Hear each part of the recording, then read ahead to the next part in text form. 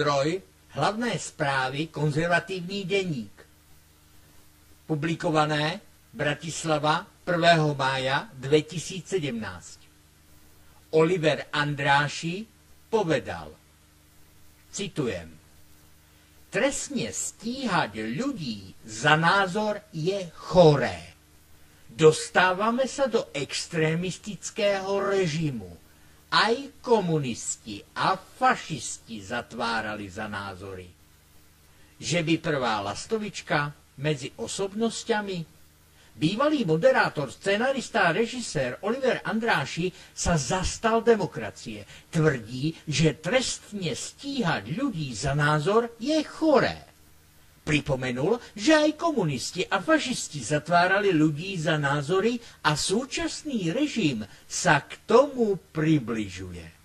Jeho vyjadrenie prichádza potom, ako polícia začala trestné stíhanie voči poslancom Národnej rady Slovenskej republiky Stanislavovi Mizíkovi a Milanovi Mazurekovi.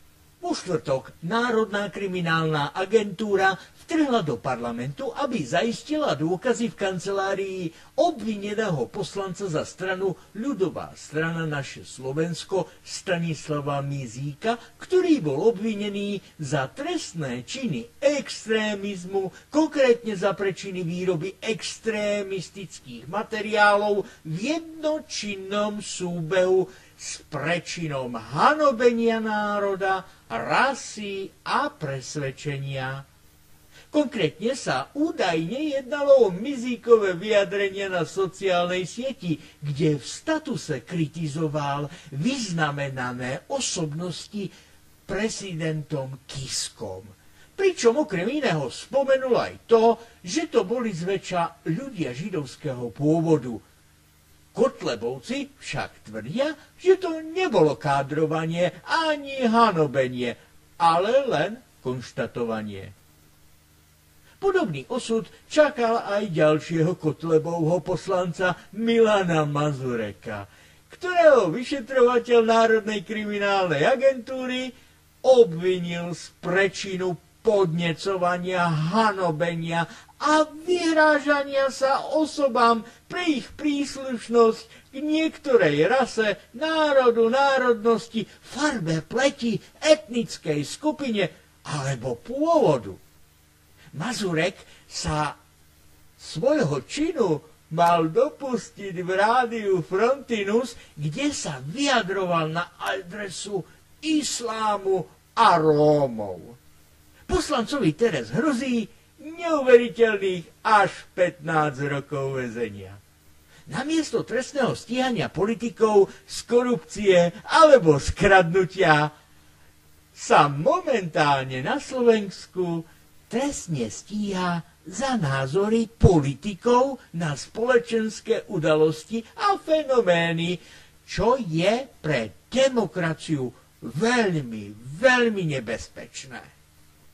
Zarážajúce však je, že až do nedávnej chvíle sa neozvala vôbec žiadna známa osobnosť, ktorá by sa zastala slobody prejavu. Prvá lastovička sa však už našla. Bývalý moderátor úspešnej relácie aj múdry z chyby, scenarista a režisér Oliver Andráši tvrdí, že stíhať niekoho za názor je choré. Myslím si, že postihovať ľudí za názor je choré.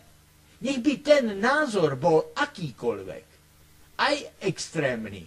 S názorom treba polemizovať, ale nie jeho nositeľa policajne stíhať, napísal Andráši na sociálnej sieti.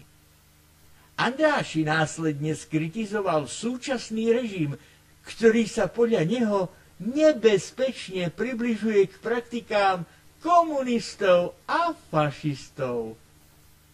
Lebo práve vtedy sa dostávame do polohy režimu, ktorý zvykneme nazývať extrémistický. Za názory zatvárali komunisti a fašisti.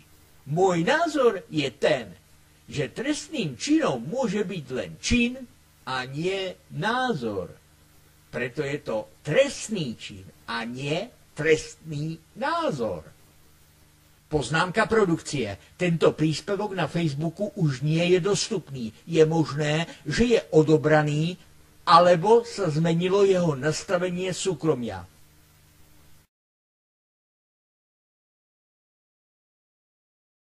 Hovorí hlas sloboda.